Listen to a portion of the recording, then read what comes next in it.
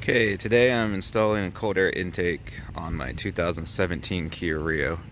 It's going to be the same for 2011 to 2017.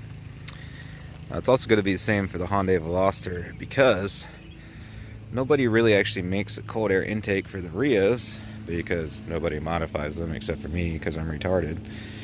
So, but they do make one. Several companies for the Veloster, the base model. I've actually not seen a Rio with a name brand cold air yet because people buy the eBay shit.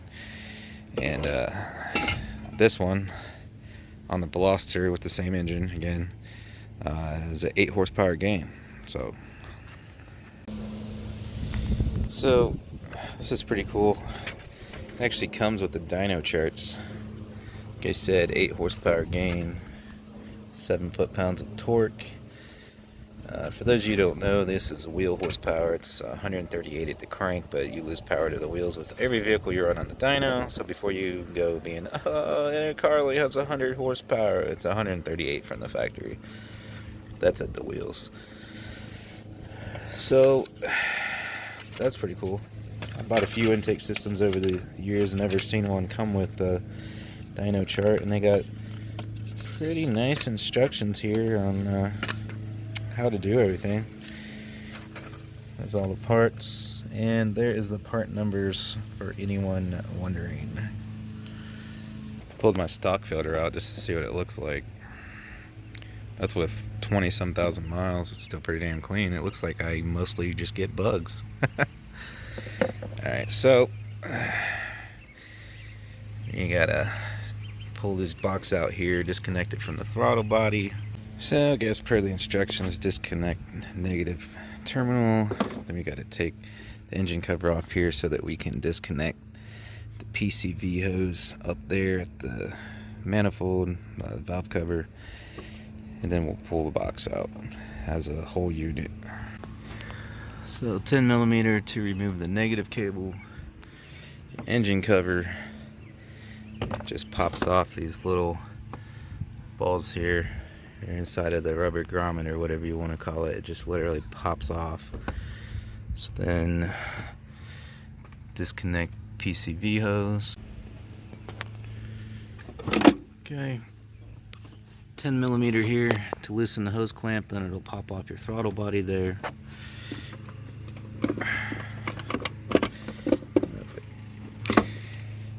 So that'll come out like that, assuming you've already unclamped your lid. Looks like mounting bolt here, mounting bolt there. There's the two mounting bolts. For me, they were both 10mm. I think in the instructions it said 6mm for at least one of them, so yeah, maybe slightly different for the Veloster, but so that's unbolted. It's just connected here. Should pop out. Yep. Okay. Yeah, it looks like on the Veloster it says 6mm, and then there's actually 2, if I can get my damn fingers to work, on the other side instead of 1 like the Rio. Box comes out. Alright, so this is the silencer, they call it. So there's a whole nother box in there. And this is the fun part. We have to raise the vehicle, take off the wheel, and take off this cover here to get that out, to get to the mounting bolts so we can unbolt it. Okay, so this is the panel you got to remove. So basically there's just some of these plastic clips. Pull the center out first, and then the other piece will pull out. Screw or two. Got to remove that panel to get to the mounting bolts. Like I said, it's going to be the same basic process whether it's the Veloster or the Rio. Maybe the fasteners are slightly different. See, that's how these work. That center piece pushes these tabs out so it locks, and you just got to get a screwdriver. See, there's a notch, and it'll pull back like that. You pull the center out, which will allow these fins to collapse, and then you can pull it out of the panel. Okay, so down here, this piece is riveted riveted like that. So I believe you will take these clips out here with this piece also that it's riveted to. And then the whole thing should drop, I think. Yep, the whole thing just falls down like that after you pull those other pins out. I guess it stays connected there. Looks like it's like heat welded plastic or something, not sure. Anyways, this will give you access to the rest of what you need to get to.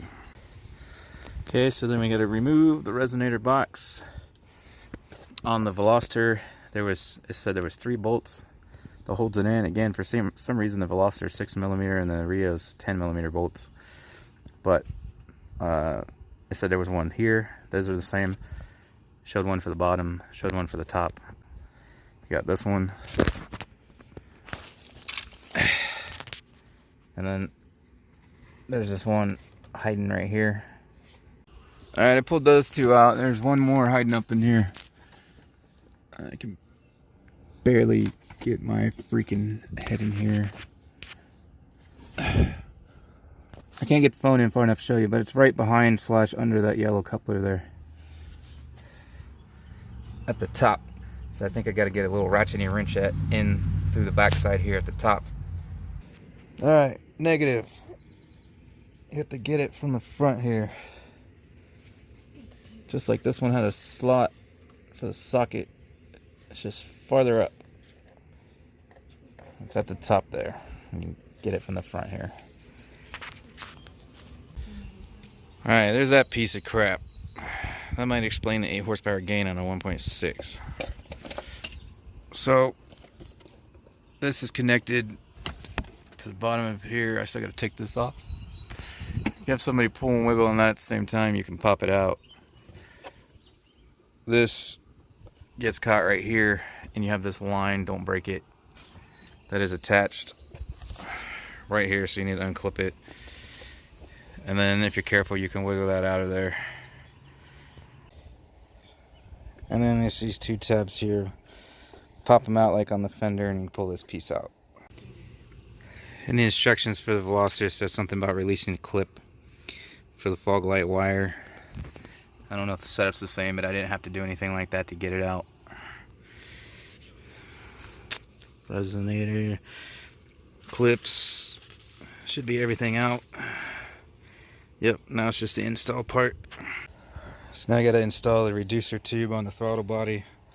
Small end is actually going to go over the throttle body because it's so damn small. Big end's for the tube. You got 3 hose clamps. You're going to use a big one and a small one for this. The other big one, which is the same size as this big one, is going to be for the air filter. Tighten it down. Slide the other one over loose. Put the tube in.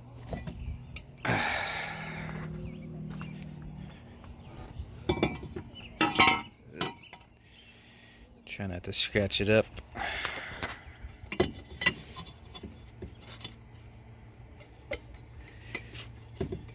There we go. I'm gonna leave it loose for now because you might have to twist it some to get this to line up. So I gotta put this in there. Actually, I probably should have done that first. Thread this all the way down into that hole. Once you get that tightened down, you gotta line this up. See, I pushed it in the tube a little too far. Doesn't quite line up, so I gotta twist it out some so I can get that to line up, push over, and get my washer and nut on top of there. Okay, got it lined up, snug down. Now I can tighten this down. Make sure there's clamps on there. Feel the bottom, make sure it's not slipping off, you know, the edge like that or anything on the bottom where you can't see. So now I put the filter on. See how this is tapered off the one side, so you can move it if you need to for clearance down there. It's gonna go one way or the other.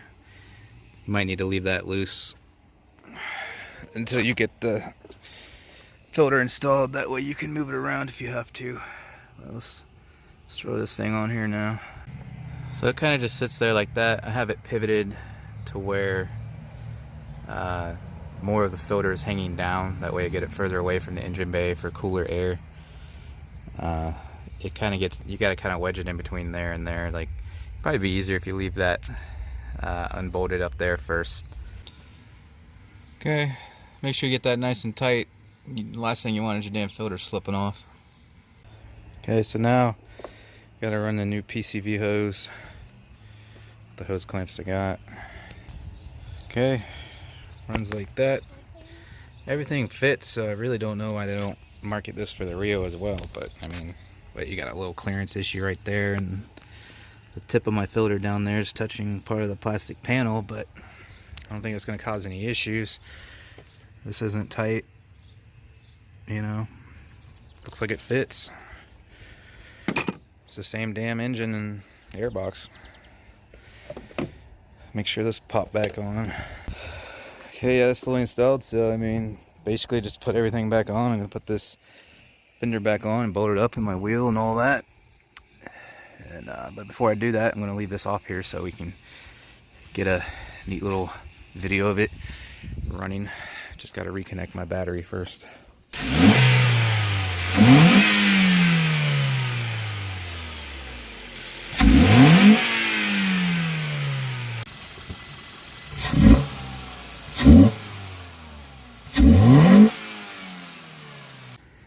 Absolutely want to reinstall your cover here.